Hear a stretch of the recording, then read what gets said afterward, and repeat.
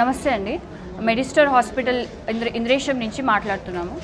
26th రోజు నిన్న కాక మొన్న మధ్యాహ్నం 3:30 ఆ టైంలో ఒక యాక్సిడెంట్ కేసు వచ్చిందండి. ఆర్టీఏ ఇద్దరికి యాక్సిడెంట్ అయింది. అందులో ఒక అబ్బాయి హెల్మెట్ పెట్టుకొని ఉన్నాడు, ఒక అబ్బాయి హెల్మెట్ పెట్టుకొని లేడు. ఇద్దరు కేసు వచ్చింది.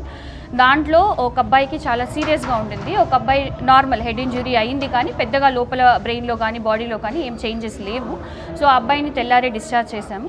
ఇంకొక అబ్బాయి ఆకాష్ అని ఎవరైతే ఉన్నారో ఆ అబ్బాయికి బ్రెయిన్లో హెమరేజ్ అయిపోయింది, బ్లీడింగ్ అయిపోయింది బ్రెయిన్లో. వచ్చినప్పుడే అబ్బాయి కండిషన్ వాజ్ క్రిటికల్, అంటే నార్మల్గా శ్వాస తీసుకునే కండిషన్లో కూడా లేరు, వెంటిలేటర్ మీద పెట్టాల్సిన కండిషన్లో ఉన్నారు ఆ అబ్బాయి. సో సిటీ స్కాన్ చేసి పేషెంట్కి వాళ్ళ ఫాదర్కి తమ్ముడు తర్వాత వాళ్ళ మదర్ ఉన్నారు, వాళ్ళకి ఎక్స్ప్లెయిన్ చేసి వెంటిలేటర్ మీద పెట్టాల్సి వస్తుంది. వెంటిలేటర్ మీద పెట్టి ఫస్ట్ మెడికల్ మేనేజ్మెంట్ స్టార్ట్ చేస్తాం.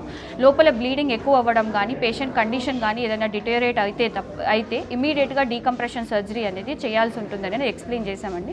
వాళ్ళంతా విల్లింగ్ అయిపోయిన తర్వాత పేషెంట్కి అడ్మిట్ చేశాము. అడ్మిట్ చేసి ట్రీట్మెంట్ స్టార్ట్ చేశాము. ఇమీడియట్ సిటీ స్కాన్ మళ్ళీ రిపీట్ చేసుకున్న తర్వాత కండిషన్ అనేది వర్సన్ అవుతూ ఉండింది, లోపల బ్లీడ్ పెరుగుతుంది. So we have to take up for emergency surgery.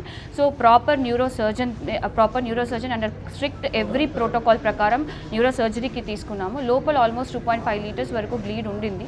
అదంతా ఎవాక్యువేట్ చేసి స్టెబిలైజ్ చేశాము కండిషన్ని. స్టెబిలైజ్ చేశాక పేషెంట్ ఐసీయూకి షిఫ్ట్ అయిపోయిన తర్వాత night time he got ventricular arrhythmias, అంటే స్ట్రోక్ లాగా, హార్ట్ స్ట్రోక్ లాగా వచ్చింది. వచ్చాక కూడా doctors, ICU team doctors DC shock ఇచ్చి స్టెబిలైజ్ చేసి చాలా ట్రై చేశారు. 2-3 టైమ్స్ రిపీటెడ్గా షాక్ రావడం వల్ల కార్డియాక్ అరెస్ట్ అయ్యి అబ్బాయి డెత్ అనేది అయ్యిందండి.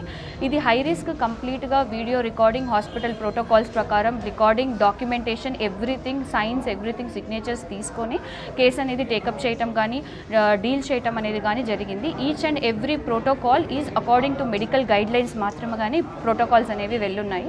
ఎవ్రీ పాయింట్ ఆఫ్ టైం రిపీటెడ్గా వాళ్ళ ఫాదర్కిను వాళ్ళ బ్రదర్కిను కౌన్సిలింగ్ చేస్తూనే ఉన్నారు డాక్టర్స్. జరిగిన ఇన్సిడెంట్ జరుగుతున్నప్పుడు కూడా, అటాక్ జరిగినప్పుడు కూడా, హార్ట్ స్ట్రోక్ వచ్చినప్పుడు కూడా కౌన్సిలింగ్ చేస్తూనే ఉన్నారు. Everything was explain. ఎవరైతే థర్డ్ పర్సన్స్, ఎవరైతే సినారియో అవుట్ సైడ్ పర్సన్స్ ఉంటారంటే లోపల ఏదైతే జరుగుతుంది అనేది అవగాహన లేని వాళ్ళు ఎవరైతే ఉంటారో. నమస్తే, నేను ఒక ఐటీ ఎంప్లాయీని. ఇప్పుడు సాయి వైభవ్లో ఉంటాను. గట్టిగా అయితే పోయిన నెలలో మా నాన్నకి మిషన్ వర్క్ చేస్తూ ఉంటే 3 ఏళ్ళు ఈ 3 ఫింగర్స్ కట్ అయ్యాయి. కట్ అయితే నాకు పక్కనే అని చెప్పేసి హాస్పిటల్కి ఇక్కడ తీసుకొస్తే వాళ్ళు చూసి ఏమన్నారంటే మెడిస్టార్ హాస్పిటల్ ఇక్కడ ఇంద్రేశంలో ఉంటుంది, మెడిస్టార్ హాస్పిటల్. తీసుకొస్తే డాక్టర్ ఆర్తో రవి అని సంథింగ్ పేరు ఏదో నాకు పూర్తిగా ఐడియా లేదండి, రవితో స్టార్ట్ అవుతుంది నాకు తెలిసి. సో అతని దగ్గరికి వస్తే అతను ఏమన్నారంటే చూసి వేలు తీసేసేయాలి, అవసరం సెట్ కావని చెప్పేసి అన్నారు. లేదు సార్ అలా కాదు, ఏళ్ళు సపరేట్ అయినా కానీ అంటిస్తారు, అంత టెక్నాలజీ ఉన్నాయి ఇవాళ రేపట్లో మన దగ్గర. బట్ మీరు ఒకసారి ఆలోచించండి సార్ అంటే ఆయన అన్నాడు, నువ్వు 100 ఇదే వర్డ్ యూజ్ చేశాడండి, మీరు 100 హాస్పిటల్స్కి వెళ్ళినా కానీ ఇదే చెప్తారు, వేలు మాత్రం అతుక్కోవు, తీసేసేయాలని చెప్పారు. సో అది ఒక అయిపోయింది. నెక్స్ట్ డాడీ ఒక పక్క బ్లడ్ పోతూనే ఉందండి. రిసెప్షన్ దగ్గరికి పిలిచి ఎంత అవుతుంది అది అని చెప్పేసి బడ్జెట్ విషయం, అమౌంట్ విషయం మాట్లాడుతూ చెప్పారు. సార్ నేను ఐటీ ఎంప్లాయీ అండి, నా దగ్గర హెల్త్ కార్డు ఉంది, సో మీరు దాంట్లో నుంచి తీసుకోవచ్చు, నో ప్రాబ్లం అని అంటే కార్డు మీద అన్నీ వస్తాయో రావో మాకు తెలియదు, మీరు ఎంత కట్టుకోగలరు, నువ్వు ఎంత అయితే ఇవ్వగలవు అని చెప్పేసి. అసలు ఈ క్వశ్చన్స్ ఏంటో నాకు అర్థం కాలే. అంటే ఒక బిజినెస్ ప్లాన్లో మాట్లాడుతున్నారు, ఇంత బడ్జెట్ ఉంది, నువ్వు ఎంత పెట్టుకోగలవు, ఇలా మాట్లాడుతున్నారు. అది నాకు బాగా అసలు నచ్చలేదండి. సో ఇమీడియట్గా నేను ఏం చేశానంటే మీరు ట్రీట్మెంట్ చేయొద్దండి, మీరు ఇమీడియట్గా డిశ్చార్జ్ చేయండి అని చెప్పి నేను ఫాదర్ని డిశ్చార్జ్ చేసేసుకొని పక్కనే మన నల్లగండ్ల సిటిజన్స్ ఉంది కదా, సిటిజన్కి తీసుకెళ్ళాను. అక్కడ నా ఫ్రెండ్స్ కొంతమంది డాక్టర్స్ ఉంటే సో వాళ్ళతో మాట్లాడిచ్చాను. ఇవాళ 3 ఫింగర్స్ బాగున్నాయండి, ఏళ్ళంతా మూమెంట్స్ మంచిగా ఉన్నాయి, హ్యాపీగా మళ్ళీ ట్రాక్టర్ నడుపుకుంటున్నాడు. అయితే నేను ఇవాళ నాకు ఈ మధ్య అంతా రావడానికి కుదరలేదు. నేను ఇవాళ నా ఇంటి దగ్గర నుంచి ఇక్కడ మెడిస్టార్ హాస్పిటల్కి ఇంద్రేశం దగ్గరకు వచ్చి వీళ్ళకి వార్న్ చేసి వెళ్దామని వచ్చా. మీకు చేత కాకపోతే చేత కాదని చెప్పండి, బట్ ఇలాంటి ఫేక్ స్టేట్మెంట్స్ మాత్రం ఇవ్వద్దు, మీకు ఇక్కడ ఇన్ని హాస్పిటల్కి మేడంకి ఇలాగే చెప్తారని చెప్పేసి అలాంటి ఫేక్ స్టేట్మెంట్స్ ఇవ్వద్దు అని చెప్పేసి చెప్పడానికి వచ్చాను. బట్ ఇక్కడికి వచ్చి చూస్తే ఇక్కడ ఇంకో డెత్ ఇష్యూ అని చెప్పేసి ఇదేదో ఉంది, దీని గురించి నాకు తెలియదు. కాబట్టి నా స్టేట్మెంట్ ఏంటని నా రోజు కూడా చెప్పాను, మీ మేనేజ్మెంట్ని పిలిపించండి, బేరాలు ఆడుకోవడానికి ఇది ప్రాణాలతో కూడిన పని అండి, హాస్పిటల్స్ మీకు పనికిరావు, మీరు లాడ్జీలు పెట్టుకొని ఓయో రూమ్స్ పెట్టుకోండి, అవరికి 1200, 1500, 2000 అట్లా మీ ఇష్ట ప్రకారం ఛార్జ్ చేయొచ్చు, హాస్పిటల్ పనికిరాదని చెప్పేసి ఆ రోజు చెప్పాను. అదే విషయం ఇప్పుడు మాట్లాడడానికి వస్తే ఇక్కడ ఇంకో ఇష్యూ ఉందండి. ఏమని చెప్పారు, సక్సెస్ అయిపోయింది ఆపరేషన్, కంగ్రాచులేషన్ అని మాకు హ్యాండ్ షేక్ కూడా ఇచ్చిండు. హ్యాండ్ షేక్ ఇస్తే మేమేమనుకున్నాం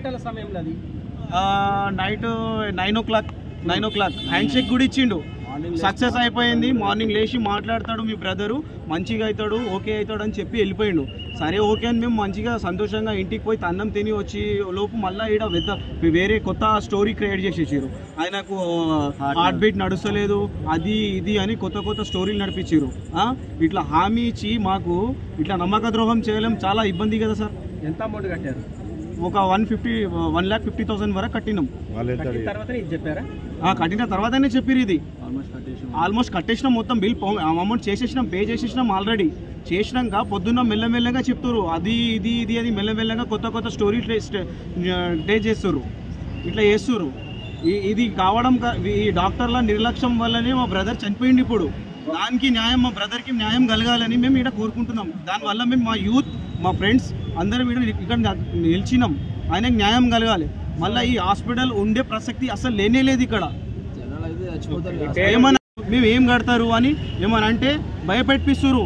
ఏమైనా వేస్తే తొందరగా చేసుకోండి ట్రీట్మెంటు, లేకపోతే బతికే ఛాన్స్ లేదు అని భయపెట్టిస్తారు. అట్లా భయపెట్టించడం వల్ల మా బ్రదర్ వాళ్ళ, మా దోస్తు వాళ్ళ డాడీ భయపడి ఆయన స్టెప్ వేసిండు. సరే మీరు ట్రీట్మెంట్ చేయండి అని పైసలు అమౌంట్ పే చేసేసిండు. అమౌంట్ చేసినా కూడా వాళ్ళు మాకు లాస్ట్లో ఏం చేసిర్రు, చనిపోయింది అని చెప్పేసి మాకు పిలిపిస్తారు. ఇది న్యాయం కాదు కదా సార్. మాకు న్యాయం కావాలి.